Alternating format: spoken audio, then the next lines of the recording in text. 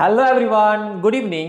Myself AK Sinha and you are watching biology अड्डा YouTube channel. तो साथियों और प्यारे बच्चों, आपको आपके अपने यूट्यूब चैनल बायोलॉजी अड्डा में स्वागत है। तो बच्चों, यहाँ पे हम आज बात करने वाले हैं 12th क्लास बायोलॉजी का जो बिहार बोर्ड का एग्जाम में जो पेपर हुआ है उसके सॉल्यूशन की। और आज हम लोग देखेंगे उसमें जितने भी ऑब्जेक्टिव प्रश्न पूछे गए थे सबको हम लोग सॉल्व करने वाले हैं।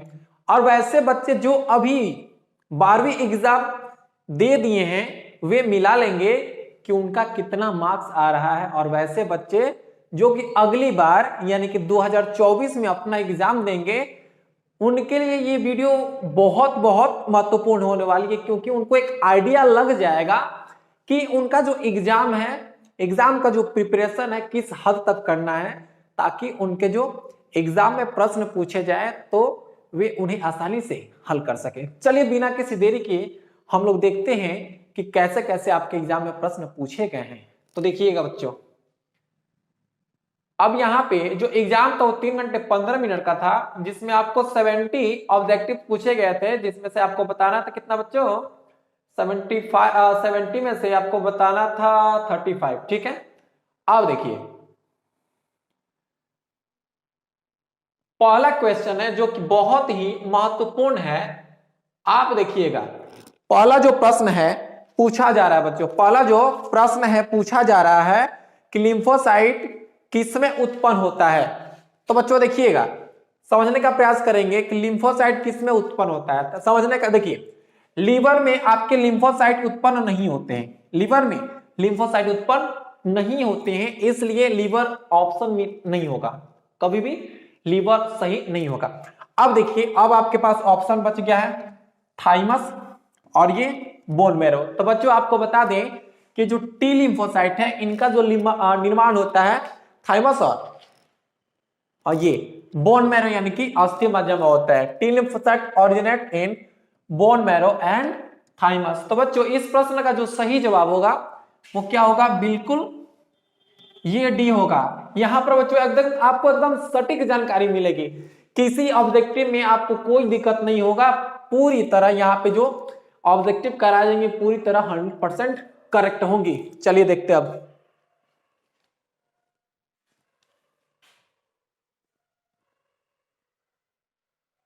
देखिए, अब अगला प्रश्न है कि विनिमय किस अवस्था की विशेषता है, यानी कि पूछा जा रहा है बच्चों, समझिएगा। अब विनिमय पूछा जा रहा है ना जी, देखिए विनिमय पूछा जा रहा है किस अवस्था की विशेषता है, यानी कि जो क्रॉसिंग ओवर है किस स्टेज में होती है। तो जैसा कि हमने आपको बताया भी है, जो बच्चे हमारे पास ऑफलाइन पढ़ते हैं उनको हमने ये बताया था। और साथ साथ देखिए बच्चों, हमने इस वीडियो के पहले लास्ट में कुछ ऑब्जेक्टिव की बहुत सारे क्वेश्चन कराए थे, तो उसमें से बहुत सारे आपके एग्जाम में पूछे गए हैं। ठीक है, आप जाकर के देखिए और मिलाइए, वहां पर आपके बहुत सारे प्रश्न मिल जाएंगे उस ऑब्जेक्टिव से। ठीक है, तो यहाँ पे है कि विनिमय किस अवस्था की विशेषता है, यानी कि ये जो क्रॉसिंग ओवर है, क्या बच्चों क्रॉसिंग ओवर है किस अवस्था की विशेषता है। तो बच्चों आपको बता दें कि जो क्रॉसिंग ओवर है ये आपके होती है पैकेटिन अवस्था में। किस अवस्था में होते हैं जी, पैकेटिन अवस्था में होती है। अब देखिए, अब आपके सामने है प्रश्न नंबर 3। प्रश्न नंबर 3, निम्नलिखित में से कौन सी अगुणित संरचना है। तो बच्चों देखिए क्या पूछा जा रहा है, अगुणित यानी कि हैप्लॉइड। हमने आपको बहुत बार बताया है बच्चों कि हैप्लॉइड क्या होते हैं, डिप्लॉइड क्या होते हैं, पॉलीप्लॉइड क्या होते हैं, टेट्राप्लॉइड क्या होते हैं, ट्रिप्लॉइड क्या होते हैं। ट्रिप्लॉइड का भी प्रश्न है, आगे हम देखेंगे। तो निम्न में से कौन सी अगुणित संरचना है, देखिए कौन सी अगुणित संरचना है। युग्मनज, एक बात समझिए, युग्मनज को हम कहते हैं जाइगोट। क्या कहते हैं बच्चों, जाइगोट कहते हैं। और जाइगोट क्या होता है, 2n होता है। क्या होता है बच्चों, जाइगोट होता है 2n। तो ऑप्शन ये तो कभी नहीं हो सकता है। फिर अंडाणु देखते हैं, तो अंडाणु होता है n, युग्मक, अंडाणु एक युग्मक है तो ये भी होता है n, तो बी और सी। इसलिए इस प्रश्न का सही जवाब क्या होगा जी, इस प्रश्न का जो बिल्कुल सटीक जो आंसर होगा वो होगा बी और सी। क्योंकि बच्चों देखिए ये जो ओवम है ये क्या है? तो ओवम क्या है बच्चों? तो ओवम एक क्या है? गैमेट है। तो ओवम अगर हैप्लॉइड है तो गैमेट भी क्या होगा? हैप्लॉइड होगा। क्लियर ना? ओके, चलिए अब पूछा जा रहा है, देखिए अब जो प्रश्न आपके सामने है कि निम्नांकित में से कौन सी विलुप्त प्राय प्रजाति है, यानी कि इंडेंजर्ड, जिसको इंडेंजर्ड क्लासिफाइड कर दिया गया है, मतलब कि विलुप्त हो सकती है। तो जिसमें से जो इसका सही जवाब हो जाएगा बच्चों वो हो जाएगा निफेंसिस। आपको किसी भी प्रकार से कोई भी इनकरेक्ट जवाब नहीं मिलेंगे, एकदम सटीक जवाब मिलेगी जो कि एकदम बिल्कुल 100% सही होगा। तो डरना नहीं है, आप अपना मिला लेंगे। समकार्य संरचनाएं किसके परिणाम स्वरूप हैं? तो बच्चों पूछा जा रहा है कि यहां पर जो एनालोगस स्ट्रक्चर्स हैं, क्या बच्चों? एनालोगस स्ट्रक्चर्स हैं किसके परिणाम स्वरूप हैं? देखिए analogous structures are as a result of, तो बच्चों देखिएगा हमने आपको होमोलोगस ऑर्गन और एनालोगस ऑर्गन के बारे में बताया है। होमोलोगस ऑर्गन क्या करता है? तो होमोलोगस ऑर्गन प्रदर्शित करता है डाइवर्जेंट इवोल्यूशन को। क्या करता है जी? डाइवर्जेंट इवोल्यूशन को प्रदर्शित करता है। और एनालोगस ऑर्गन किसको प्रदर्शित करता है बच्चों? कन्वर्जेंट इवोल्यूशन को। किसको? अभिसारी, अभिसारी इवोल्यूशन को प्रदर्शित करता है। अब थोड़ा सा हम लोग समझते हैं। अब ये जो एनालोगस ऑर्गन है ना, और बच्चों इस वीडियो को आप जितना हो सके उतना शेयर कर दीजिएगा और आप अपने छोटे भाइयों को भी शेयर कीजिएगा जो अभी 12वीं क्लास में गए हैं। अपने एग्जाम की तैयारी वो कैसे करें कि ऐसे ऐसे प्रश्नों के जवाब बने, यानी उनको ऐसे ऐसे प्रश्नों के जवाब आसानी से मिल जाए। इसके लिए आप क्या करेंगे? उन्हें इस वीडियो को जरूर दिखाएंगे, शेयर करेंगे और बताएंगे कि कैसे प्रश्न आपके एग्जाम में आ रहे हैं और आपको कितना मेहनत करने की आवश्यकता है बच्चों। ठीक है, तो देखिए, तो analogous structures as a result of, ये जो तो किसके कारण होती है बच्चों?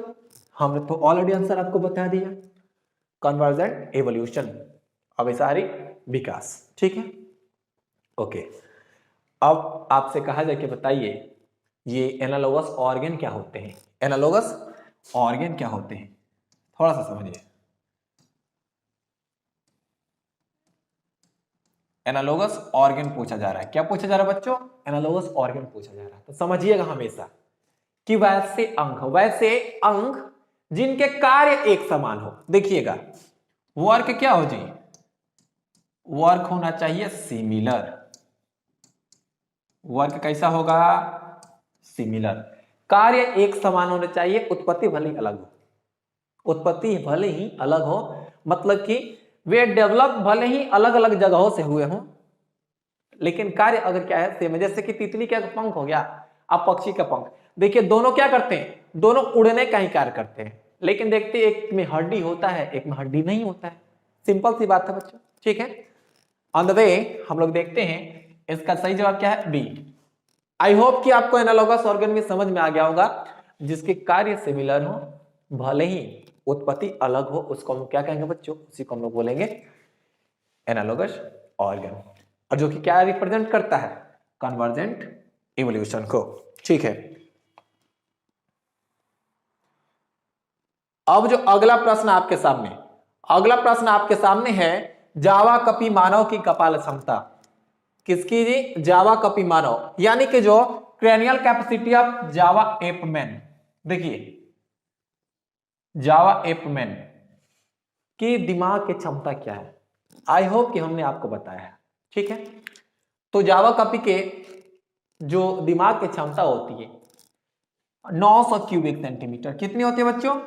900 क्यूबिक सेंटीमीटर। ये तो जनरली अगर हम हमारे दिमाग की बात करेंगे ना, अभी जो हम लोग हैं तो वो कितना है? और 1400 सीसी का होता है। कितना होता है बच्चों? 1400 सीसी का होता है। जैसे हमारा दिमाग है 1400 सीसी, आपका भी दिमाग 1400 सीसी। सिंपल सी बात है। तो इस प्रश्न का जवाब क्या है जी? जावा कपिमानव के कपाल की जो क्षमता होती है, ब्रेन कैपेसिटी होती है, कितना होता है? होता है 900 यानी कि 900 क्यूबिक सेंटीमीटर। ठीक है जी, चलिए अब देखते हैं।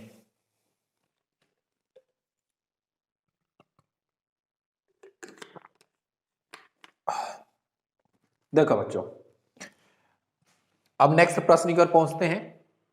तो अगला प्रश्न है कि एलिलोपैथी, देखिए एलिलोपैथी किसके स्राव के कारण होता है? एलिलोपैथी किसके स्राव के कारण होता है? तो जो एलिलोपैथी है ये क्या होता है? तो जब टॉक्सिन सेक्रेट होते हैं, क्या सेक्रेट होता है बच्चों? तो टॉक्सिन सेक्रेट होते हैं तब ये होता है। तो इसका जवाब क्या हो जाएगा? टॉक्सिन यानी कि ऑबिस। देखिए इसका सही जवाब क्या होगा? ऑबिस, ठीक है, यानी कि सी। क्लियर है? ओके, क्या होगा बच्चों? तो सी हो जाएगा यानी कि टॉक्सिन। चलिए, पौधे में शाकनाशी प्रतिरोधी जीन है। शाकनाशी क्या पूछा जा रहा है कि पौधे में शाकनाशी प्रतिरोधी जीन है, तो कौन है बच्चों? क्या है बीटी, क्या है सीटी, क्या है एमटी, कि जीएसटी? तो बच्चों आपको बता दें कि जो पौधे में herbicide resistant gene, herbicide resistant gene होते हैं वो होते हैं जीएसटी। क्या होता है बच्चों? जीएसटी, जिनका नाम है ग्लूटाथियो एस ट्रांसफेरेज,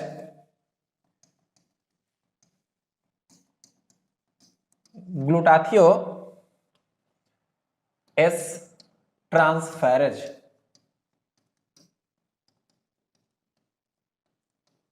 ठीक है, तो इसका सही जवाब क्या होगा बच्चों?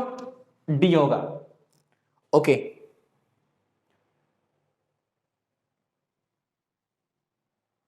सुनहरा धान ऐसा चावल जो समृद्ध है। अब एक बात समझिएगा, ये जो प्रश्न है बहुत ही इंपॉर्टेंट है। पिछले एग्जाम में भी पूछे जा चुके थे कि सुनहरा धान ऐसा चावल है जो समृद्ध है, यानी कि पूछा जा रहा है कि जो गोल्डन राइस है उसमें क्या होता है। तो एक बात बता दे बच्चों, गोल्डन राइस में होता है बीटा कैरोटीन। Beta carotene. एक और बात, अगर बीटा कैरोटीन नहीं रहता तो आपका जवाब होता विटामिन ए। क्या रहता है जी? विटामिन ए, क्योंकि बीटा कैरोटीन क्या बनता है? विटामिन ए बन जाता है। तो चलिए, सुनहरा धान ऐसा चावल है जो समृद्ध है, क्या है? तो बीटा कैरोटीन। चलिए अब देखिए बच्चों, जीन और व्यक्ति का नियंत्रण किनके स्तर पर होता है? पूछा जा रहा है कि control of gene expression, control of gene expression takes place at the level, take place at the level of, किस लेवल पे होता है? एक बात बता देते हैं, ये जो जीन एक्सप्रेशन जो है ना, इसका जो कंट्रोल होता है ये अलग अलग लेवल पे होता है, अलग अलग लेवल पे होता है। अब वो किस लेवल पे होता है तो एक बात बता देंगे, डीएनए रेप्लिकेशन में तो नहीं होता है, डीएनए रेप्लिकेशन में नहीं होता है। होता किस में है? आपकी ये ट्रांसक्रिप्शन में होता है, फिर ट्रांसलेशन में, यानी कि प्रतिलेखन और, या जिसको हम अनुलेखन भी कहते हैं, तो अनुलेखन और ये अनुवादन, यानी कि प्रतिलेखन और अनुवादन में ही ये जीन एक्सप्रेशन क्या होते हैं? लेवल दिखाई देते हैं। ठीक है, तो इसका सही जवाब क्या हो जाएगा बच्चों? इसका सही जवाब हो जाएगा ए और बी, यानी कि डी, बोथ ए और बी। ठीक है, तो बच्चों एकदम एंजॉय करते हुए आगे बढ़िए। आरएनए के किस रूप की संरचना त्रिपर्णी? Which form of RNA has a structure resembling clover leaf? देखिए बच्चों, जब आप आरएनए पढ़े थे ना, आरएनए वर्ल्ड पढ़े थे, तो हमने आपको वहां पर बताया था कि कितने प्रकार के आरएनए, एमआरएनए, आरआरएनए, टीआरएनए। चलिए जी, तो हमने देखा था जो टीआरएनए है इसका शेप कैसा था जी? क्लोवर लीफ की तरह। तो किसका हो जाएगा जी? टीआरएनए का हो जाएगा। ओके, केंद्रक प्रतिरोपण तकनीक की खोज किनके द्वारा की गई है? देखिएगा, पूछा जा रहा है कि nuclear transplantation technique was discovered by, तो बच्चों इस प्रश्न का जो सही जवाब होगा वो होगा आयन विलमन। आपने डॉली का नाम सुना होगा, डॉली का नाम सुना होगा, शिप है, clone of ship, clone of ship, इन्होंने ही डेवलप किया था जी। तो न्यूक्लियर ट्रांसप्लांटेशन टेक्निक डिस्कवर किसने किया? तो इयान वालमोट नहीं, इयान विल्मट, इयान विल्मट। ओके, चलिए अब एक बात समझिए, बहुत ही कंसेप्ट वाला प्रश्न आपके सामने आया। डीएनए तथा आरएनए समान है, ऑप्शन है द्विगुणन में सक्षम होते हैं, यानी कि रेप्लिकेट हो सकते हैं। समान शर्करा होने के कारण एक बात बताइए, दोनों में समान शर्करा होता है क्या? थोड़ा सा हम लोग देखते हैं। डीएनए है और ये आरएनए है। डीएनए में क्या होता है? डीऑक्सीराइबोज। क्या होता है बच्चों? डीऑक्सी राइबोज होता है, इसमें राइबोज होता है। क्या शुगर एक समान है? नहीं है, गलत बात है। न्यूक्लियोटाइड के पॉलीमर होते हैं सामान्य पिरिमिडीन क्षार होने के कारण। तो देखिए समान पिरिमिडीन भी नहीं होते हैं, ये भी नहीं होगा।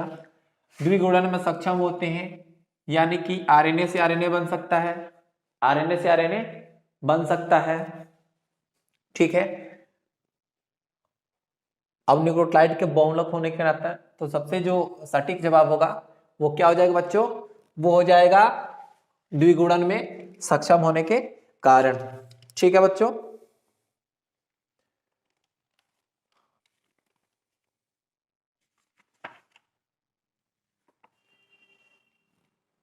अगला प्रश्न है कि प्रथम स्तनपायी किस युग में दिखाई दिए थे? अगर इसके बारे में आपको पता हो तो आप इसका जवाब कमेंट बॉक्स में कमेंट करेंगे और हम देखते हैं इस प्रश्न का सही जवाब क्या होता है।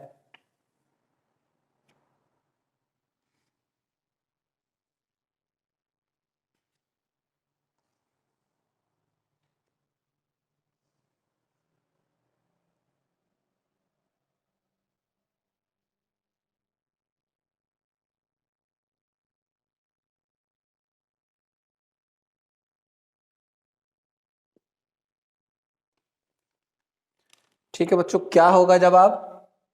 आयोग की इसका जवाब आपने दिया होगा, लेकिन जो प्रश्न था हमारा कि डीएनए तथा आरएनए समान है, तो बच्चों दोनों में ये द्विगुणन में सक्षम नाते होते हैं, यानी कि दोनों में रेप्लिकेशन की क्षमता पाई जाती है। यानी कि ये जेनेटिक मटेरियल है, तो जेनेटिक मटेरियल में ये कैपेसिटी होनी चाहिए कि रेप्लिकेट हो सके। क्या हो सके बच्चों?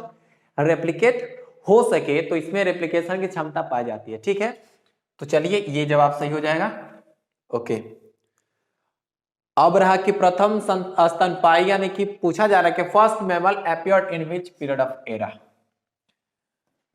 क्या पर्मियन में, ट्रियासिक में, टर्शियरी में, कि इनमें से कोई नहीं? तो आपको बता दें सबसे पहले जो मैमल की उत्पत्ति हुई थी किस एरा में हुई थी बच्चों? तो वो था ट्रियासिक। किस एरा में थी? ट्रियासिक एरा में उत्पत्ति हुई थी। आप हमेशा ध्यान रखेंगे। और यहाँ पे देख पा रहे हैं कि जेनेटिक से बहुत सारे प्रश्न पूछे जा रहे हैं, यानी कि जेनेटिक बहुत इंपॉर्टेंट है।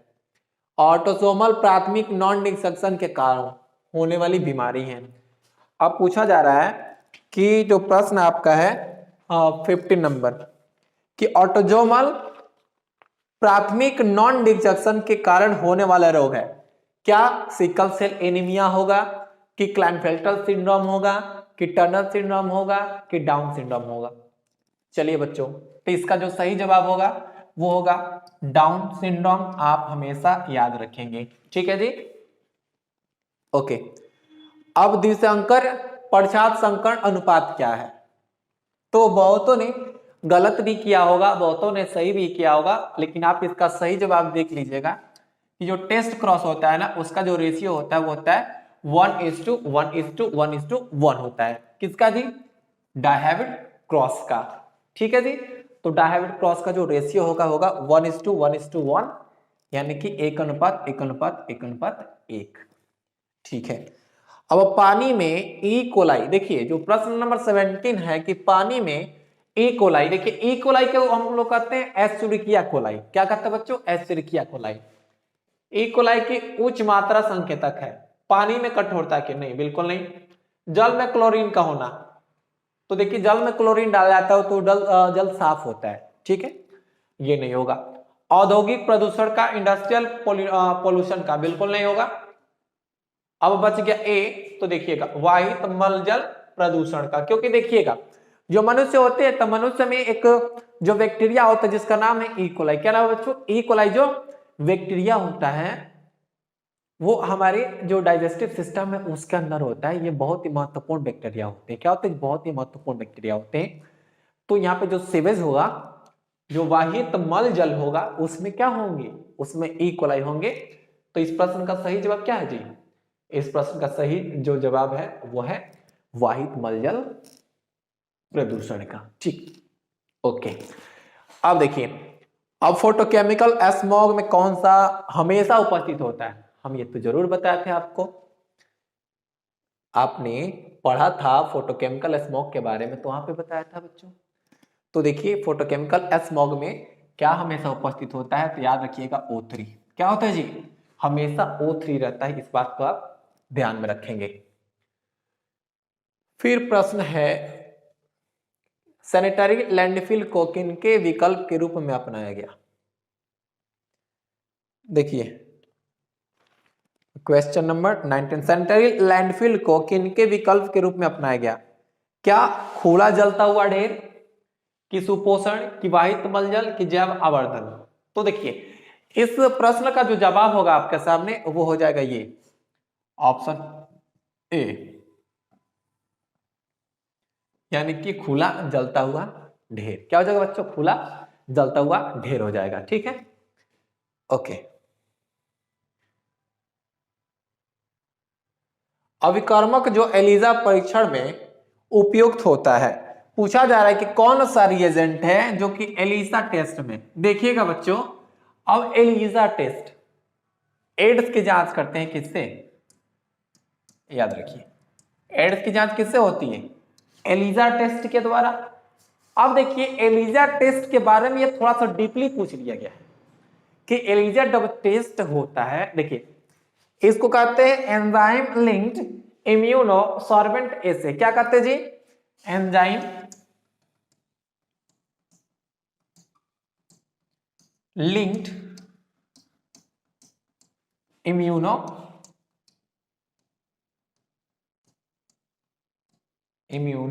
ठीक है, सॉर्बेंट एसे।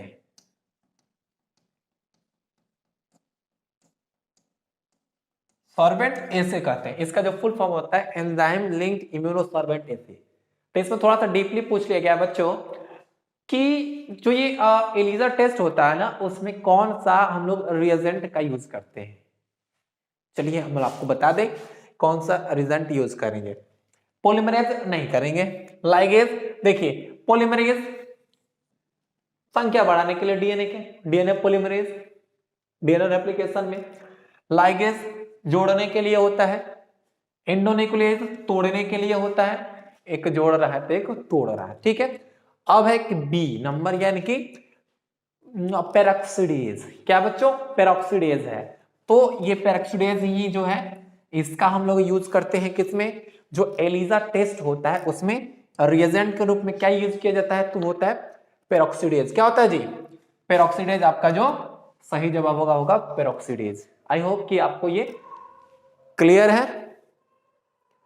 अब एक ट्यूमर उत्प्रेरक प्लाज्मिड, ध्यान देंगे, एक ट्यूमर उत्प्रेरक प्लाज्मिड जिसका व्यापक रूप से परजीवी पौधे के उत्पादन में उपयुक्त किया जाता है।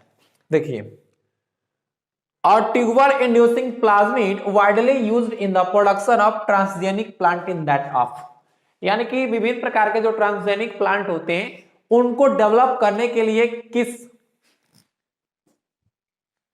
जो ट्यूमर है वो प्लाज्मिड के रूप में यूज किया जाता है।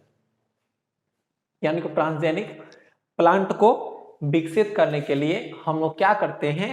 तो जो प्लाज्मिड लेते हैं तो अधिकांश किसका यूज करते हैं ये पूछा जा रहा है। तो वो है ये एग्रोबैक्टीरियम।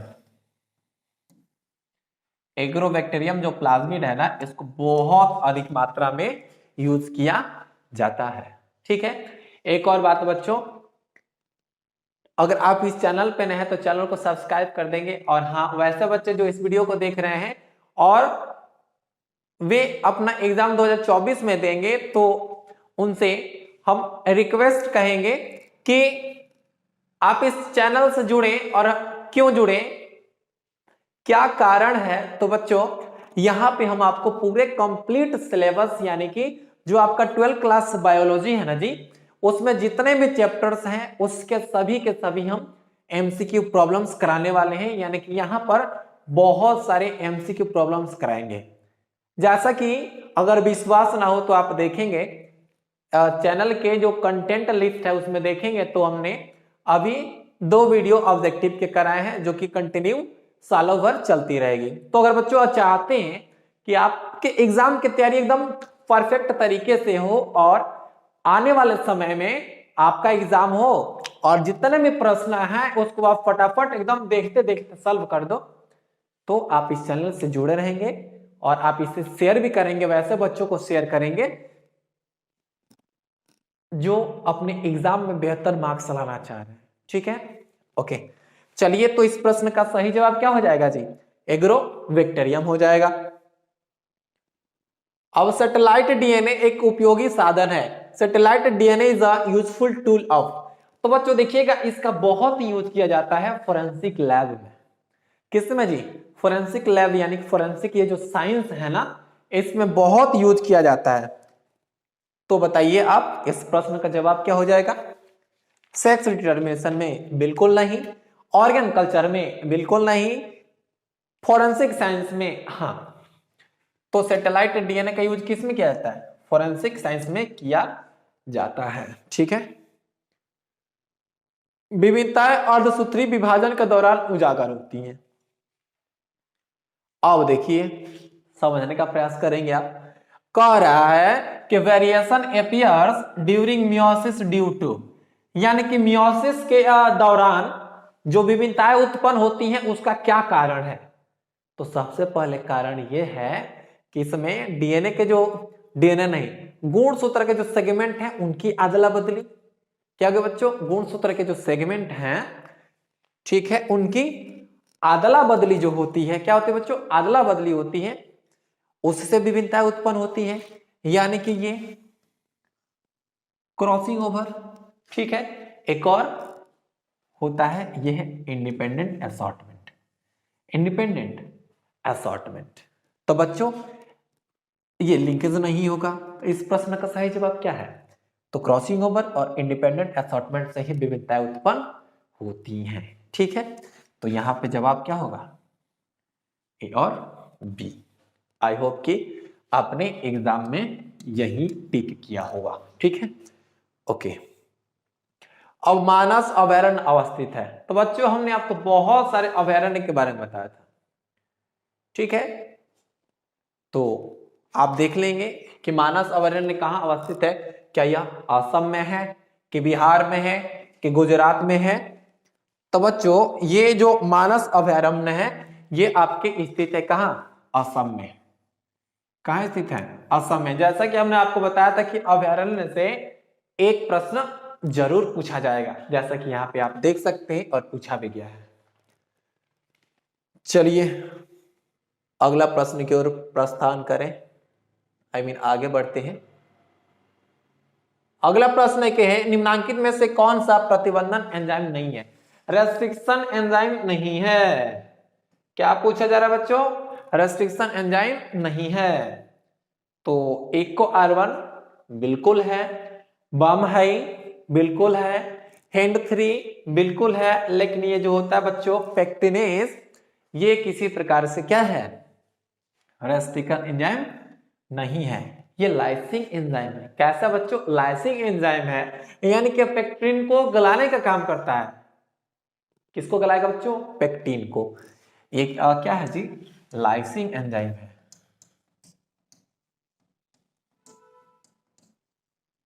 ठीक है, किसको गलाएगा?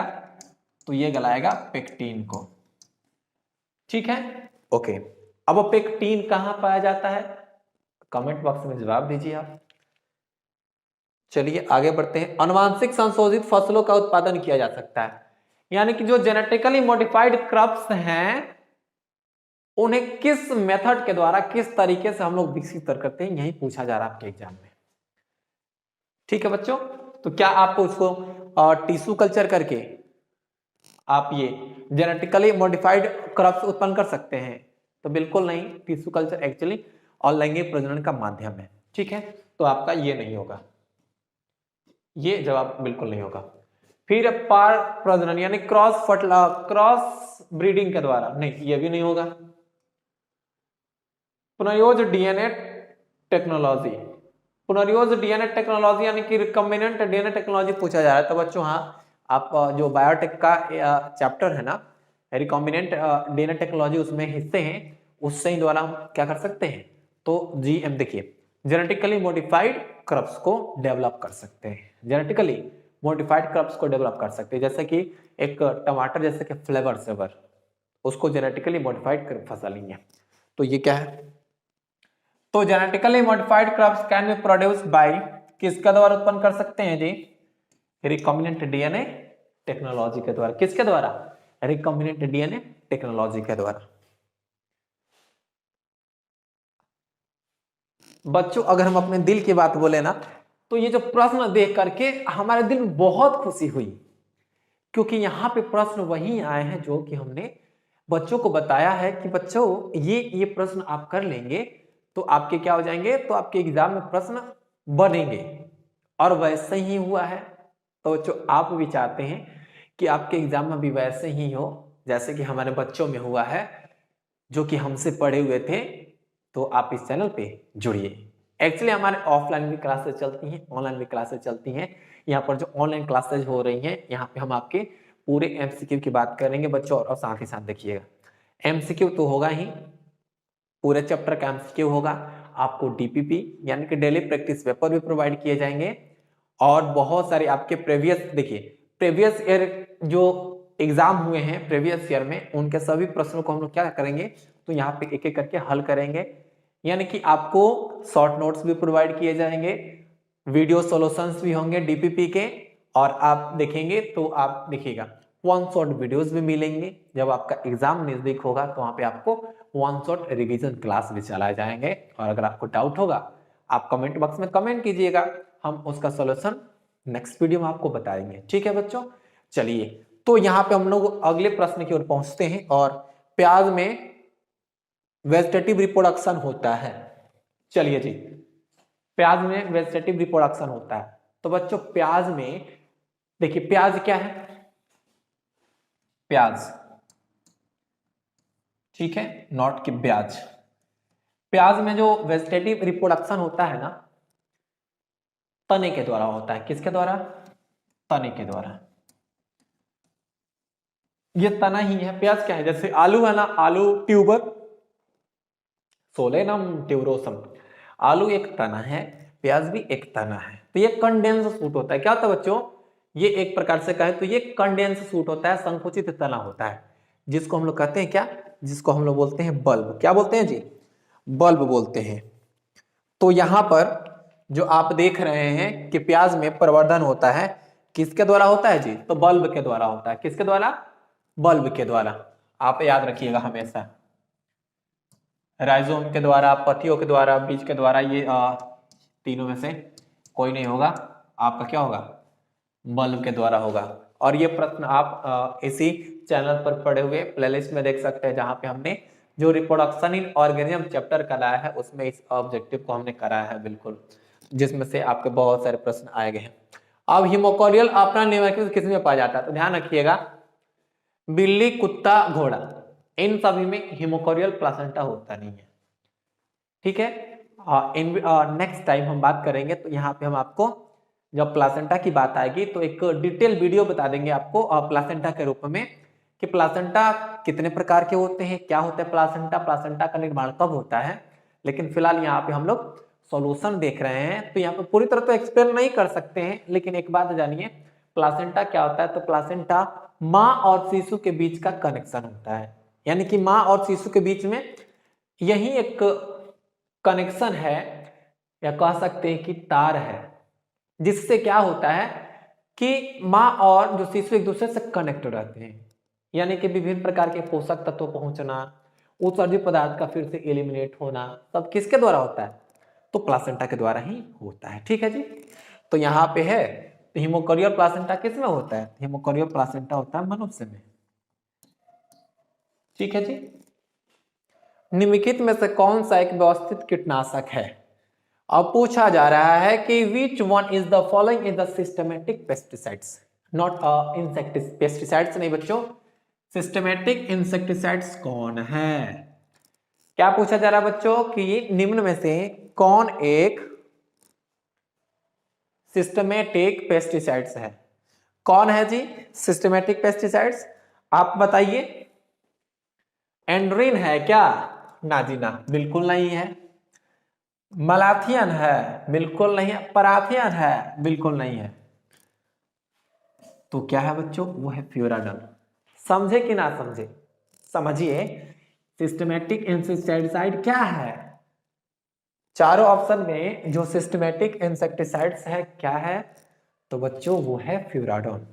ठीक है, तो बच्चों देखिए, एग्जाम क्या है? एग्जाम होता रहता है, आपको एग्जाम देने चाहिए, एग्जाम देना अच्छा होता है, लेकिन आप मन लगा कर पढ़िए।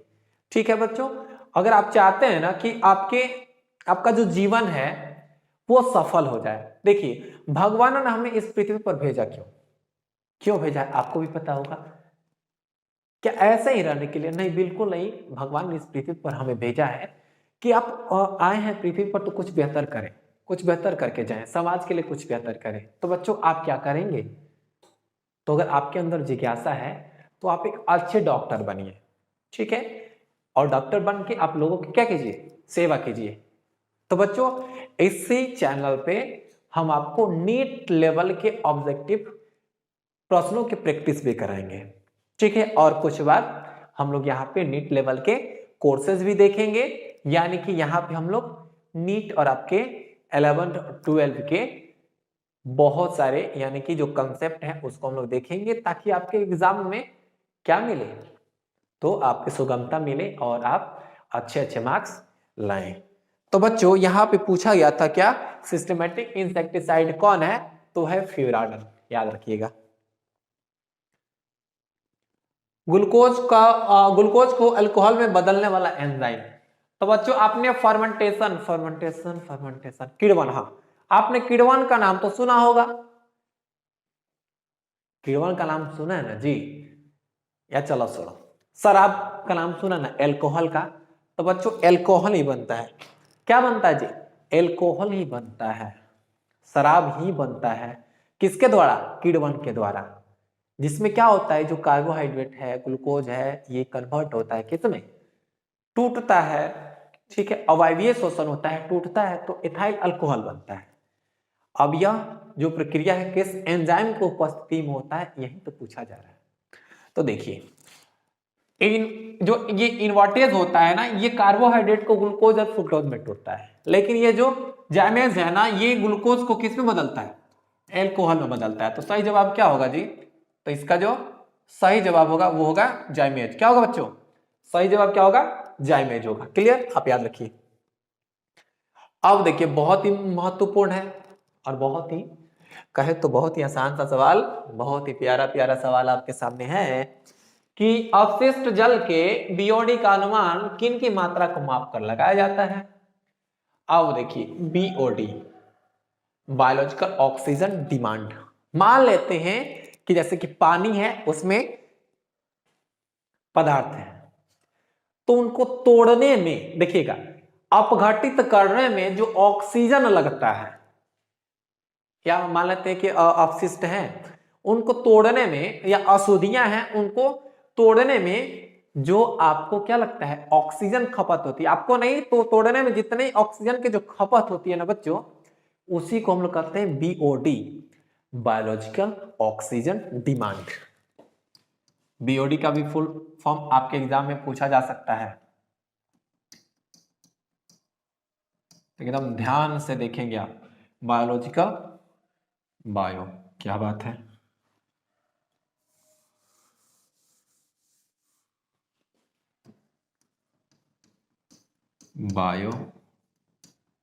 Biological oxygen demand. ठीक है ना जी? अब फुल फॉर्म याद रखेंगे, फुल फॉर्म याद रखना अच्छा होता है। ठीक है बच्चों, तो बायोलॉजिकल ऑक्सीजन डिमांड होता है। अब पूछा जा रहा प्रश्न कि अपशिष्ट जल के बीओडी का अनुमान किनके मात्रा को माप कर लगाया जाता है?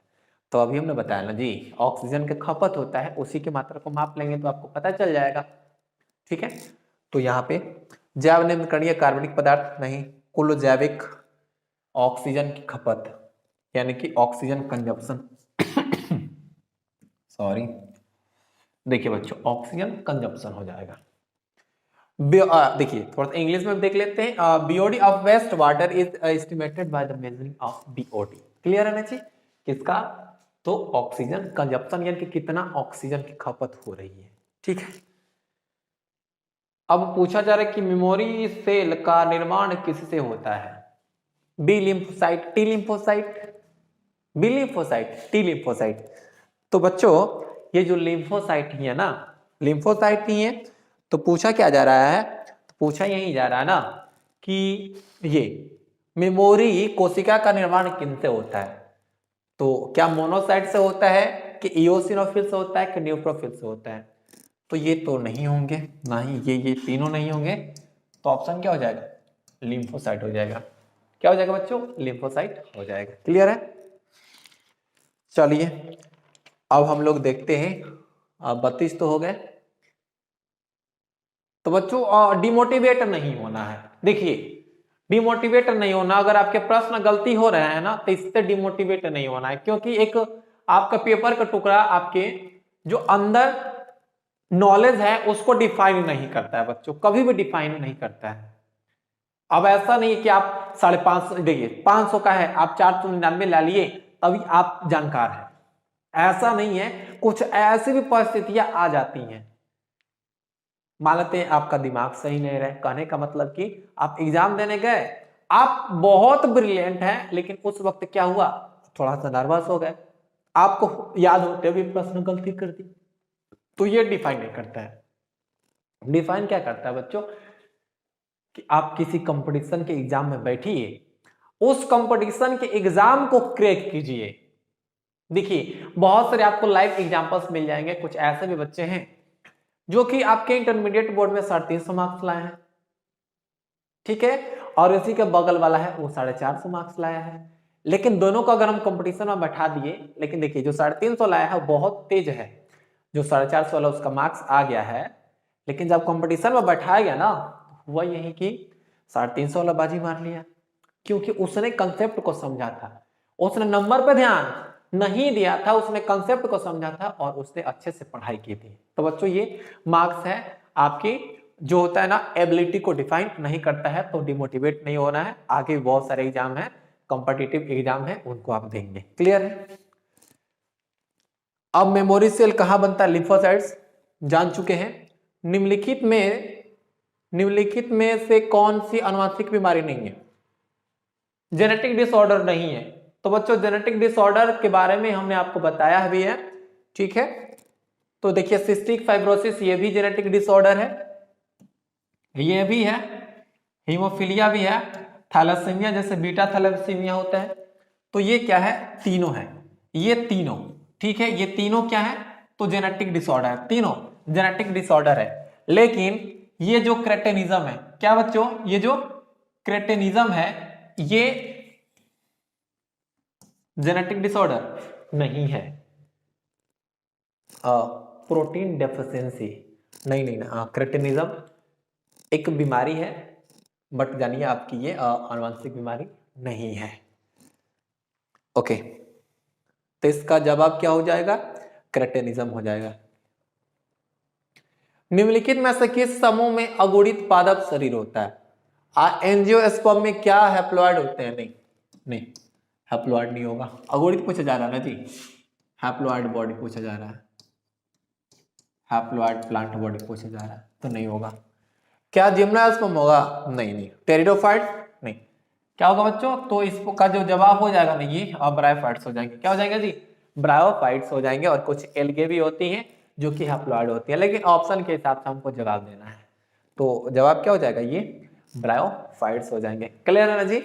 आप मुस्कुराते रहिए, डरना नहीं है कि हमारे इतने गलतियां हो गई हैं। हमने अभी कुछ देर पहले बताया था ना कि मार्क्स आपकी एबिलिटी को डिफाइन नहीं करता है, ठीक है। लेकिन फिर भी आप देख लीजिए यहाँ पे कि कहाँ पर गलतियां कर दी हैं, क्योंकि ये एक ही पेपर नहीं है, आपके अन्य भी एग्जाम्स होंगे तो उसमें भी प्रश्न पूछे जा सकते हैं इसमें से। पिस्टिलेट शब्द का प्रयोग किया जाता है? चलिए, द्विलिंगी पुष्प के लिए, द्विलिंगी पुष्प के लिए तो ये तो बायसेक्सुअल हो गया ना, तो ये तो कभी नहीं होगा। एकलिंगी स्त्री पुष्प के लिए कि नर पुष्प के लिए कि एस्टेमिनेट पुष्प के लिए? एस्टेमिनेट देखिए, एस्टेमिनेट देखिए यहां पे कार्पल, ठीक है, और पिस्टिल। कार्पल और पिस्टिल होते हैं female reproductive part, female reproductive part, ठीक है। तो कार्पलेट पिस्टिलेट एक लिंगी स्त्री पुष्प के लिए क्या यूज करते हैं? पिस्टुलेट करते हैं, ठीक है। ये केवल उसमें क्या होगा? केवल पिस्टिल होगा। क्या होगा बच्चों? केवल पिस्टिल होगा ना, तो उसको हम पिस्टिलेट बोलेंगे, और केवल एस्टामिन होगा तो एस्टामिनेट। लेकिन पूछा जा रहा है क्या कि पिस्टिलेट पूछा जा रहा है, तो क्या हो जाएगा? Unisexual female flower. चलिए, निम्नलिखित में से कौन सा समस्यात्मक जलीय जंगली घास है? क्वेश्चन को इसने किया है स्विंग, क्वेश्चन को बहुत ही देखिए घुमा दिया है। क्या किया बच्चों? क्वेश्चन को ही घुमा दिया है। आप तो जानते हैं कि जल में कौन सा घास है, वीड है, जो कि खतरा करता है? तो बंगाल का आतंक, बंगाल का आतंक, बंगाल का आतंक। अब बंगाल का आतंक क्या है जी? जलकुंभी, जलकुंभी को क्या कहते हैं? बंगाल का आतंक कहते हैं, टेरर ऑफ बंगाल। एक और बात बता दें तो सुनिए, अब ये जो जलकुंभी है ना, अगर मान लेते कि कोई अब पोखरा है, तालाब है, अब तालाब में ही क्या हुआ?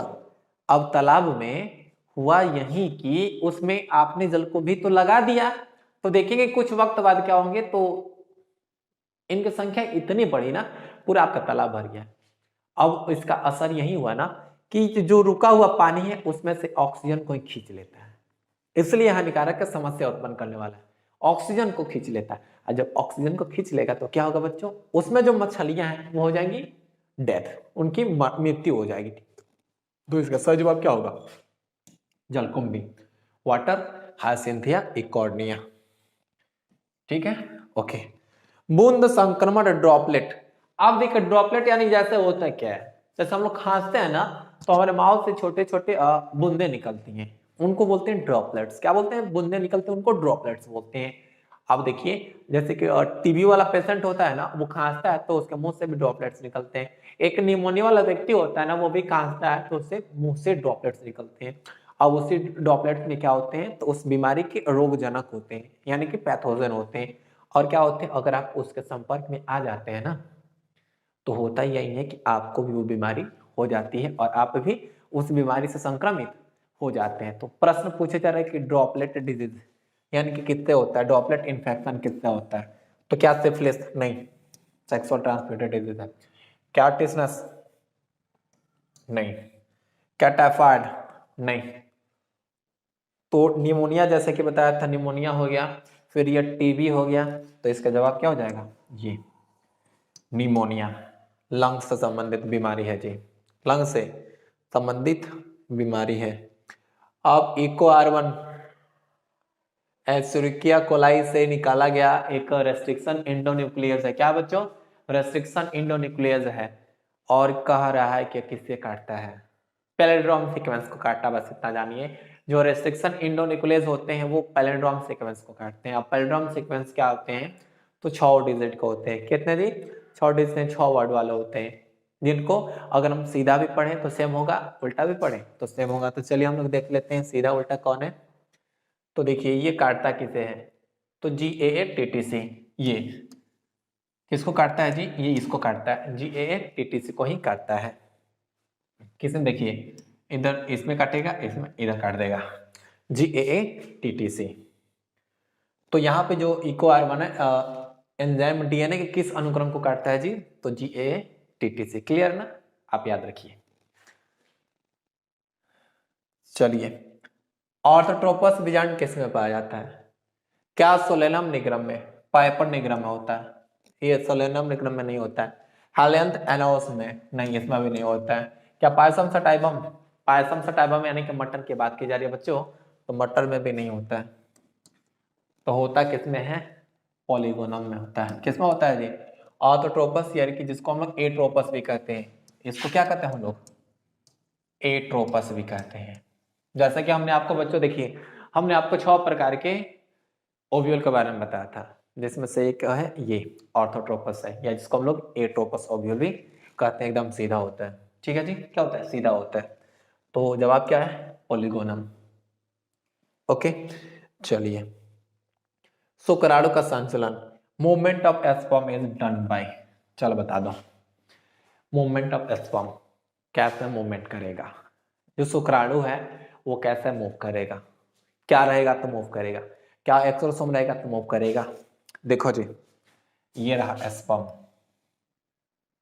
ठीक है, देखिए ये रहा स्पर्म, ये एक्रोसोम,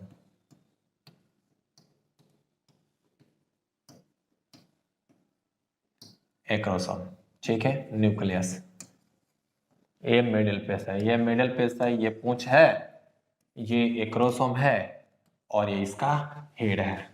चलो बताओ, मूवमेंट ऑफ स्पर्म, पूंछ रहेगा, ठीक है, पूंछ, ठीक है, जब पूंछ रहेगा तब ये ऐसे ऐसे, देखो मूवमेंट इसका होता है ऐसे ऐसे, कैसे होता है, ऐसे ऐसे, ठीक है, एकदम सीधा सीधा ऐसे ऐसे नहीं होता है, वो ऐसे ऐसे होता है, रोटेट करता है, ठीक है। तो जो स्पर्म में मूवमेंट की प्रक्रिया होती है, उसके लिए एनर्जी तो देता है माइटोकॉन्ड्रिया, लेकिन अगर वास्तविक कहें तो मूवमेंट की जो प्रक्रिया होती है बच्चों, किसके कारण होती है, तो मूवमेंट की जो प्रक्रिया होती है वो होती है ये पूंछ के द्वारा।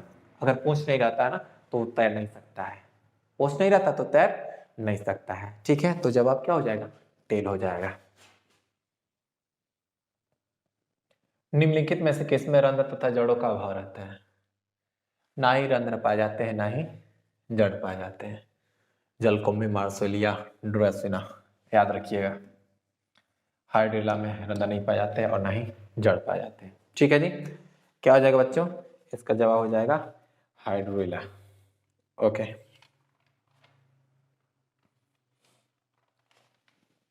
चलिए अब प्रश्न हम लोग के, मृदुजलीय तालाब में, मृदुजलीय तालाब में उर्वरक डाले जाने से क्या होगा, क्या मछलियों की आबादी घटेगी। देखिए मृदुजलीय तालाब में उर्वरक, देखिए डालें या ना डालें, जैसे देखिए होता क्या है, जैसे कि तालाब है और आपने खेतों में बहुत सारे उर्वरक का यूज किया है, अब बारिश हुई, और जब बारिश हुई तो उसमें जो उर्वरक है वो क्या है, पानी के रास्ते क्या, या पानी के साथ साथ वो चले जाए तालाब में। अब तालाब में चले आएंगे ना तो वहां पर उर्वरक की मात्रा बढ़ जाएगी, यानी कि न्यूट्रिएंट्स की मात्रा बढ़ जाएगी। तब एक प्रक्रिया, एक बोले तो एक दिक्कत उत्पन्न होगा, एक समस्या उत्पन्न होगा, जिसको कहते हैं हम लोग यूट्रोफिकेशन, यानी कि सुपोषण की, ठीक है। जवाब क्या होगा, सुपोषण हो जाएगा, ठीक है, यूट्रोफिकेशन। अब आवृत बीजी के भ्रूण पोष में गुणसूत्रों की सूत्र गुणता, यानी कि क्या लेवल होता है, प्लॉडी लेवल क्या होता है। तो ये क्वेश्चन आपके पिछले एग्जाम में भी पूछा गया है और इसमें भी रिपीट किया गया है। तो क्या हो जाएगा, ये आवृत बीजों के भ्रूण पोष में एंडोस्पर्म, एंडोस्पर्म में गुणसूत्र की संख्या कितनी होती है, ट्रिप्लॉइड होता है जी, क्या होता है जी, ट्रिप्लॉइड होता है, 3n होता है, याद रखिए। अब मानव युग्मकों में गैमेट पूछा जा रहा है, क्या पूछा जा रहा है जी, गैमेट पूछा जा रहा है। चलिए नॉर्मल, देखिए एक नॉर्मल सेल है, नॉर्मल सेल में गुणसूत्र की संख्या कितनी होती है, 46 होती है। अब गैमेट बना, ठीक है, गैमेट कैसा बनता है, अर्धसूत्री विभाजन से। कैसा बनता है जी, अर्धसूत्री विभाजन से, यानी कि जो मियोसिस डिवीजन होता है उसी से बनता है। किससे बनता है बच्चों, मियोसिस डिवीजन से ही बनता है, ठीक है। तो यहाँ पे जो मियोसिस डिवीजन होता है ना, इसी से बनता है। तो जब मियोसिस डिवीजन होता है तो गुणसूत्र की संख्या आधी हो जाती है, यानी कि जवाब क्या होगा जी, ये 23 हो जाएंगे। नीलहर सवाल किस खेत में उपयोग बायो फर्टिलाइजर है। चलिए आप कंफ्यूज नहीं होना है, आप याद रखिएगा कि धान के खेतों में ब्लू ग्रीन एलिगो क्या कहता है, तो ये रखा जाता है, ये पेडी, इसको हम लोग पेडी भी कहते हैं। तो नीला सवाल किसका जवाब उत्तर तो धान में। कॉपर टी किसे रोकता है? एग मैचुरेशन को नहीं, गलत बात है। ओवुलेशन को बिल्कुल नहीं। किसको रोकता है ये? फर्टिलाइजेशन को रोक देता है। देखिए क्या होता है, बता रहे हैं। मान लेते हैं ये सिस्टम है। ओके ओके, कॉपर टी को इम्प्लांट कर दिएगा, कॉपर टी को इम्प्लांट कर दिएगा यहाँ पे। जैसे कि आप देखिए स्पर्म जाएगा ना, तो ये स्पर्म की मोर्टेलिटी को जो होता है, एक्टिविटी होता है, उसको रिड्यूस कर देता है, घटा देता है, पूरी तरह एकदम इनएक्टिव कर देता है।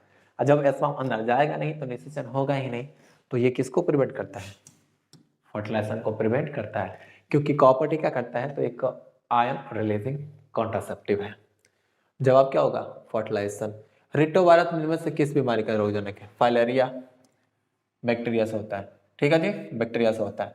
सिफिलिस ये भी बैक्टीरिया से होता है। लेकिन एड्स क्या है? वायरस से। तो रिटोवायरस किस बीमारी का रोगजनक है? तो एड्स का, याद रखिएगा। Retrovirus is a causal organism of which the following AIDS. बास्थानीय संरक्षण का उदाहरण है। बास्थानीय संरक्षण का उदाहरण राष्ट्रीय उद्यान, ठीक है। नेशनल पार्क नहीं। सीड बैंक जी, सीड बैंक हो जाएगा। सेक्रेट ग्रुप नहीं होगा। जूलॉजिकल पार्क, जूलॉजिकल फील्ड का भी कभी, ठीक। लेकिन जब आप याद रखिएगा ये सीड बैंक क्या है, तो एक प्रकार से कहे तो एक्सेसिव कंजर्वेशन का एग्जाम्पल है, उदाहरण है। ग्राफियन फुटक यानी ग्राफियन फॉलिकल्स कहाँ पाए जाते हैं? तो ग्राफियन फॉलिकल्स फीमेल से संबंधित है। तो और फीमेल के क्या होता है, जो ओवरी होता है, फीमेल के ओवरी होता है, उसमें ग्राफियन फॉलिकल होते हैं और ग्राफियन फॉलिकल से एग रिलीज होता है। क्या होता है बच्चों? एग और रिलीज होता है, तब बनता है कार्पस ल्यूटियम। तो ग्राफियन फॉलिकल क्या होगा? Ovary of human female, ovary of human female. जलमग्न पौधे में रंध्र होते हैं। तो बच्चों आप बता देते हैं, जलमग्न पौधे में रंध्र नहीं होते हैं, ऊपर नीचे कहीं नहीं होते हैं। उनमें विशेष प्रकार के सेल्स होते हैं जिनमें क्या होती है, तो ये विसरण प्रसरण जो भी हो उससे गैसों का आदान प्रदान हो जाता है। यहाँ पे किसी भी सतह पर नहीं होते हैं। जवाब याद रखिएगा, नॉन ऑफ एनी सरफेस, ठीक है, not on any surface. Clear है ना? चलिए, समझे कि नहीं समझे? समझे, लग रहा है समझ गया आप। सोमाक्लोन विविधता किसके द्वारा प्राप्त की जाती है? याद रखिएगा, ओवे मिश्रण, एम्फिमिक्सिस नहीं नहीं नहीं नहीं, केमिकल म्यूटेशंस बिल्कुल नहीं, गामा रेस नहीं, टिश्यू कल्चर के द्वारा सोमाक्लोन, यानी कि सोमेटिक की बात की जा रही है, सोमेटिक की बात की जा रही है। तो ये जो सोमाक्लोनल वेरिएशन है ना, किसके द्वारा ऑब्टेन किया जा सकता है? तो टिश्यू कल्चर के द्वारा ऑब्टेन किया जा सकता है। क्लियर है ना जी? जब हम आपको टिश्यू कल्चर पढ़ाएंगे तो वहां पर इस बात की जिक्र जरूर करेंगे। अब रानी मक्खी निषेचित अंडे से उत्पन्न होती है और क्या खाती है? तो निषेचित अंडे से उत्पन्न होती है और वो खाती क्या है? उनकी इसका जो लार्वा क्या खाता है? तो इसका लार्वा खाता है रॉयल जेली। क्या खाता है? जैसा तो खाता नहीं है, रॉयल जेली, यानी कि ये वर्कर जो हनी भी है वही बनाती हैं। तो ये होगा रॉयल जेली। सूक्ष्म जीव तो खाएगा नहीं, ना ही पराग खाना है, ना ही शहद खाना है। क्या खाना है? तो ये रॉयल जेली खाते हैं। क्लियर है? भोजन रॉयल जेली है। कुक्कुट चेचक यानी कि फॉल पॉक्स, पूछा जा रहा है कि fowl pox caused by bacteria, ectoparasite, endoparasite. ना ही ए होता है बच्चों, ना ही बी होता है, ना ही डी होता है। तो इसका सही जवाब क्या हो जाएगा जी? वायरस होगा। क्या होगा? फॉल पॉक्स किससे होता है? तो एक वायरस से होता है। ओके, चलिए प्रश्न अब कितने? तो प्रश्न 54 नंबर, आपके 53 हो चुके हैं। अब 54 नंबर है कि autopolyploidy can be induced artificially. Colchicine, chloroform, देखिए कोल्चिन है, नहीं होगा। क्लोरोफॉर्म भी नहीं होता है, ना ही क्लोरोक्यूनिन होता है, क्विन होता है ये कोल्चिसिन।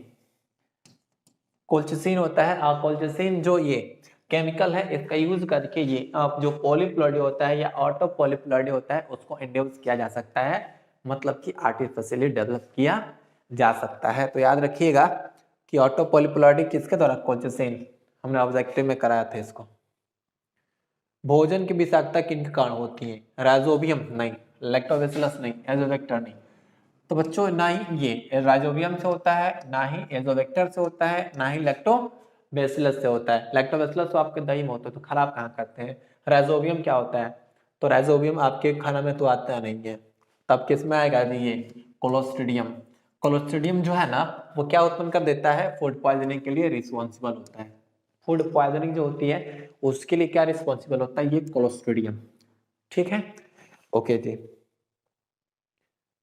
अब देखिए, रक्त में प्रतिरक्षा किनके द्वारा स्रावित होता है? रक्त में प्रतिरक्षी यानी कि पूछा जा रहा है कि antibodies in the blood are secreted by monocyte, neutrophil, basophil. तो ना ही मोनोसाइट्स, ना ही न्यूट्रोफिल, ना ही बेसोफिल, तो लिम्फोसाइट्स। क्योंकि लिम्फोसाइट आपके बी लिम्फोसाइट, टी लिम्फोसाइट ये सब मिलकर के एंटीबॉडीज बनाते हैं। तो जवाब क्या होगा? लिम्फोसाइट्स। पार्थेनोजेनेसिस शब्द किसने दिया था? सट्टन और बवेरी? ना जी ना, सट्टन और बवेरी ना, जॉनसन ने, इन्होंने नहीं दिया था, ओवन ने जी।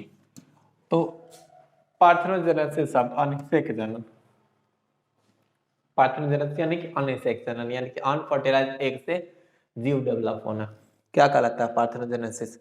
तो ये शब्द किसने दिया? उन्होंने दिया था, ओवन ने। किसने दिया था बच्चों? ओवन ने दिया था, याद रखिएगा। चलिए, पारमेसियम में किस प्रकार का द्विविभाजन होता है? तो पारमेसियम में सरल द्विविखंडन, सरल सिंपल बाइनफिजन तो अमीबा में होता है, ये नहीं होगा।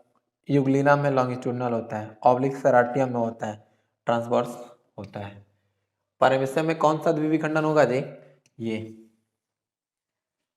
ट्रांसवर्स होगा। क्या होगा बच्चों? ट्रांसवर्स होगा। जबनर आकृति देखिए, बहुत ही सटीक प्रश्न है, बहुत ही इस प्रश्न को देखकर बहुत खुश हुए थे, क्योंकि हमने शुरू क्लास में जब रिप्रोडक्शन पढ़ाया था ना, तो सेक्सुअल रिप्रोडक्शन पढ़ाया था, तो वहां पर हमने आप ये सेक्सुअल डायमॉर्फिज्म के बारे में बताया था कि क्या होता है कि हम लोग बाहर से ही पहचान लेते हैं कि कौन नर है, कौन है मादा, यानी कि नर और मादा में जो अंतर स्पष्ट हम लोग कर लेते हैं, इसको हम लोग कहते हैं सेक्सुअल डायमॉर्फिज्म, यानी कि यौन द्विरूपता कहते हैं। क्या कहते हैं जी? यौन द्विरूपता कहते हैं। तो इसका जवाब क्या हो जाएगा? ये सेक्सुअल डायमॉर्फिज्म होगा, यानी कि when male are different from the female in morphology, यानी कि बाहर से ही देखते हैं ना कि अगर हम फीमेल की बात करते हैं तो फीमेल के क्या होते हैं? तो फीमेल का जो ये पेल्विक रीजन होते हैं वो थोड़ा सा चौड़े होते हैं, मेल के पतले होते हैं। फिर फीमेल में क्या होता है? ब्रेस्ट का डेवलपमेंट हो गया रहता है, जो कि मेल में नहीं होता है। यानी कि मॉर्फोलॉजी में हम देखते हैं, देखिए कि उनके बड़े बड़े बाल होते हैं, मेल के उतने बड़े बाल नहीं होते हैं, उनके फीमेल में दाढ़ी मूछें नहीं होती हैं। हम तो आसानी से पहचान लेते हैं कि कौन मेल है, कौन फीमेल है। तो बच्चों इसी को हम क्या कहते हैं? सेक्सुअल डायमॉर्फिज्म कहते हैं। तो जवाब क्या होगा? सेक्सुअल डायमॉर्फिज्म होगा। गर्भ निरोधक गोली में मौजूद प्रोजेस्टेरोन किस कार्य के लिए होता है? अब पूछा जा रहा है ना कि देखिए, जो हम ये हम नहीं, ये फीमेल एक्चुअली यूज करती है, हम लोग नहीं, ध्यान रखेंगे, हो जाती है मिस्टेक।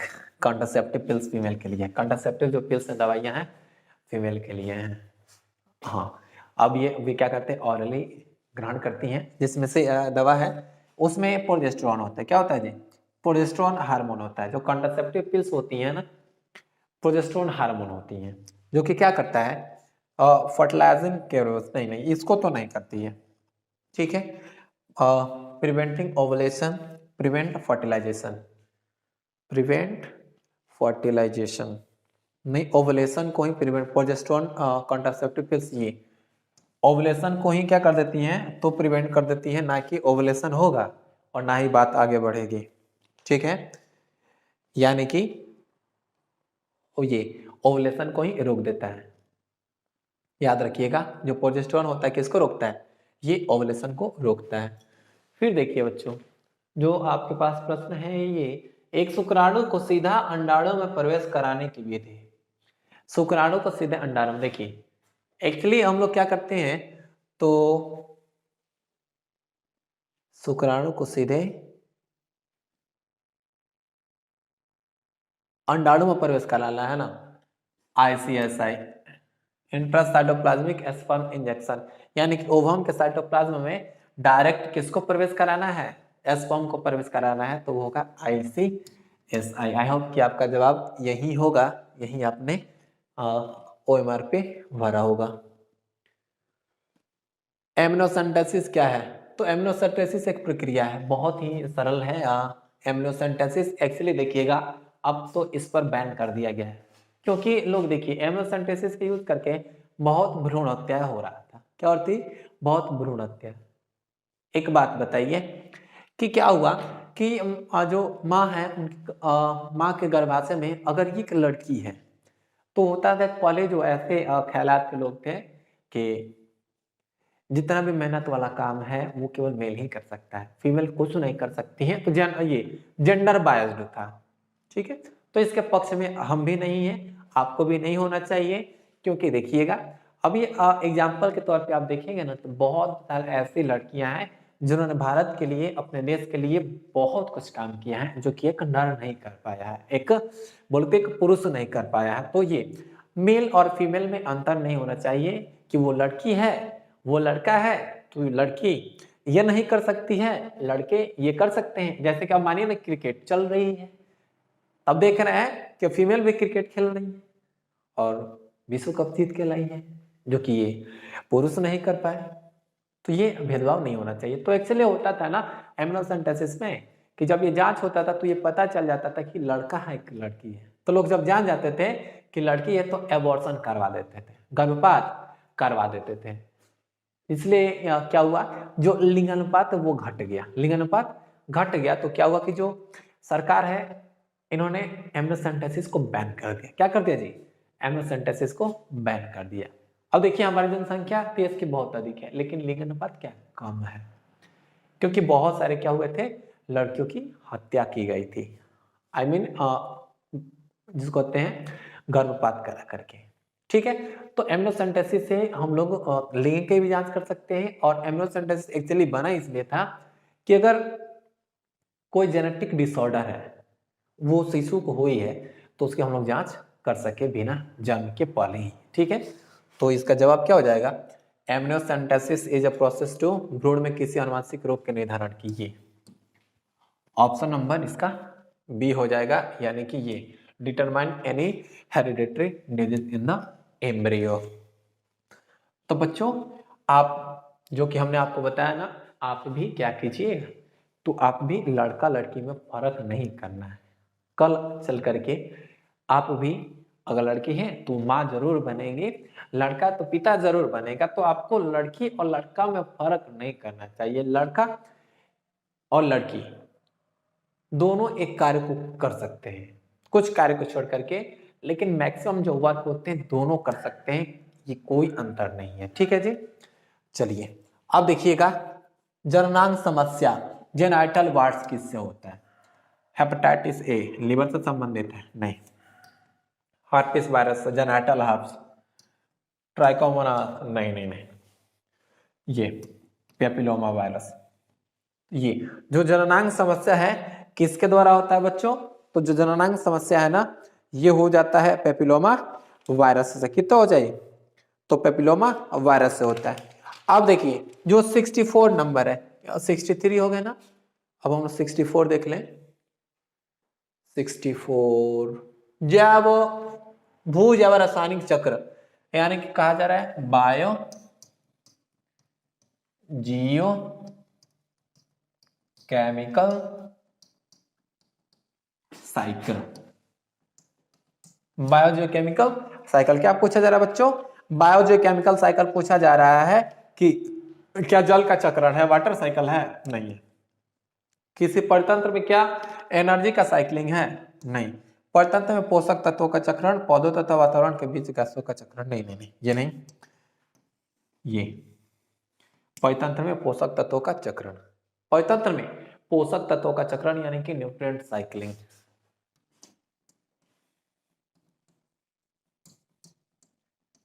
Nutrient cycling. तो बच्चों ये जो न्यूट्रिएंट साइकिलिंग है ना, ठीक है, परितंत्र में पोषक तत्वों के चक्रण को कहा जाता है। तो इसका जवाब क्या होगा, सी हो जाएगा। चलिए,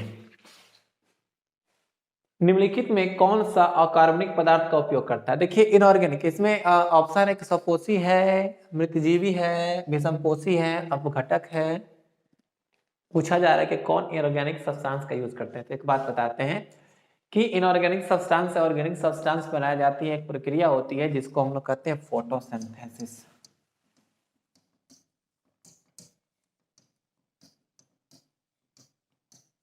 फोटोसिंथेसिस, प्रकाश संश्लेषण कहते हैं। और प्रकाश संश्लेषण किसमें होते हैं? ये स्वपोषी में होता है। किसमें होता है जी? स्वपोषी में होता है। तो कार्बनिक पदार्थ का कौन उपयोग करता है? स्वपोषी, यानी कि ऑटोट्रॉफ्स।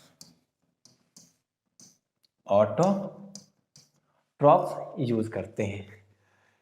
ओके, नेक्स्ट प्रश्न, लाइकेन किनके क्रम में अग्रणी है? देखिए, क्या हाइड्रोशियर है, लिथोशियर है, जीरोशियर है कि बी और सी है? एक बात बता रहे, समझिए, जीरोशियर का ही हिस्सा है लिथोशियर, और जीरोशियर में ये जो पायनियर होता है ना, लाइकेन पायनियर होते हैं सक्सेशन में। तो यहाँ पे आपके बी भी हो जाएगा और सी भी हो जाएगा, इसलिए जवाब क्या होगा? वो हो जाएगा डी, क्योंकि ये जीरोशियर का ही हिस्सा होता है ये लिथोशियर। ठीक है, तो जीरोशियर और लिथोशियर दोनों जवाब हो जाएंगे लाइकेन के क्रम में अग्रणी का, यानी कि पायनियर होने का। निम्नलिखित में कौन सा उत्पादक नहीं है? एगेरिकस है, वॉल्वॉक्स है, नॉस्ट्रक है, एस्पायरोगायरा। एगेरिकस, वॉल्वॉक्स और एस्पायरोगायरा ये तीनों के तीनों एल्गी हैं। क्या जी बच्चों? एल्गी हैं। तो ये एल्गी क्या है? तो ये उत्पादक होते हैं ना जी, एल्गी उत्पादक होते हैं। लेकिन नॉस्ट्रक क्या है? बैक्टीरिया है, उत्पादक नहीं होता है। तो जवाब क्या हो जाएगा? ये बी। ठीक है, चलिए अब हम लोग प्रश्न देखते हैं। अगला प्रश्न है, निम्नलिखित में से कौन सा उत्पादक नहीं हो गया? आनुवांशिक अभियांत्रिकी में प्रतिजैविकों की प्रयुक्त क्रिया होती है। 68 नंबर, आनुवांशिक अभियांत्रिकी में प्रतिजैविकों के प्रयुक्त क्रिया, यानी कि in genetic engineering the antibodies are used. Genetic engineering में एंटीबॉडी का यूज किया जाता है स्वस्थ संवाहकों के चयन में। सेलेक्ट हेल्दी वेक्टर्स, नहीं। क्या सेलेक्टेबल मार्कर के रूप में, कि कल्चर मीडियम को इन्फेक्शन से, कि ए और सी? सी नहीं होगा। जब सी नहीं होगा तो डी हो नहीं हो सकता, क्योंकि ए और सी ऑप्शन है। ए भी नहीं होगा, क्या होगा? ये सेलेक्टेबल मार्कर के रूप में क्या, यहाँ पे देखिएगा एम्पिसिलिन होता है। ठीक है, उसको हम लोग सेलेक्टेबल मार्कर के रूप में यूज करते हैं, यानी कि ये जेनेटिक इंजीनियरिंग में जो एंटीबायोटिक्स होते हैं उनका यूज किस में होता है? सेलेक्टेबल मार्कर्स के रूप में किया जाता है। एगारोज जेल पर अलग किए गए टुकड़े को किससे? देखिए डीएनए के टुकड़े को, यानी डीएनए को कलर करना है ना, तो आंख बंद करके आप लगा दीजिएगा, हमेशा याद रखिएगा। ETBR, ethidium bromide. Ethidium bromide का यूज किया जाता है डीएनए को रंगने के लिए। ठीक है, चलिए, समयुग्मक पाए जाते हैं मेढक में, नहीं। पक्षी में, नहीं। फ्यूकस में, छोटे बड़े होते हैं। आइसोगैमेट्स, आइसोगैमेट्स मतलब कि इसमें मेल और फीमेल एक समान हो। तो ये एनसीईआरटी के डायग्राम से है।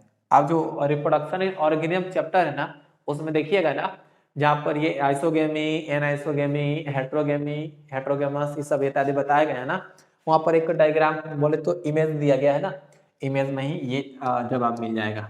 ठीक है, तो आइसोगैमेट्स किस में होते हैं? क्लेडोफोरा में होते हैं। ये आपके ऑब्जेक्टिव का हिस्सा क्लियर। अब देखिए प्रश्न पूछे गए हैं, टी लिम्फोसाइट, बी लिम्फोसाइट कैसे बनते हैं।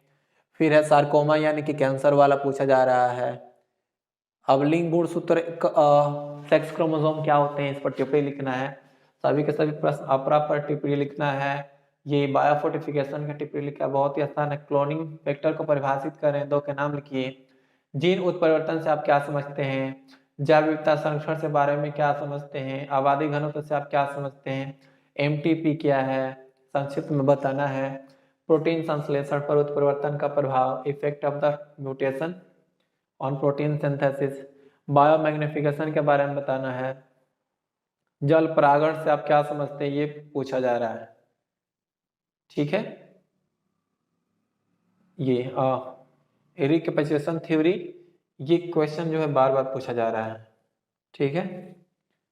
प्लाज्मिड, ये इसके बारे में, एडेनोसिन डायमिनेज ये भी है, बीटी का पास है, गिफ्ट के बारे में लिखना है, zygote intrafallopian transfer technique, adaptation है हाइड्रो प्लांट में, इनब्रीडिंग क्या होता है, फिर देखिए उत्तरीय प्रश्न है DNA replication, gel electrophoresis, gene therapy, parturition, और ये है distinguish between substitution mutation and frameshift mutation.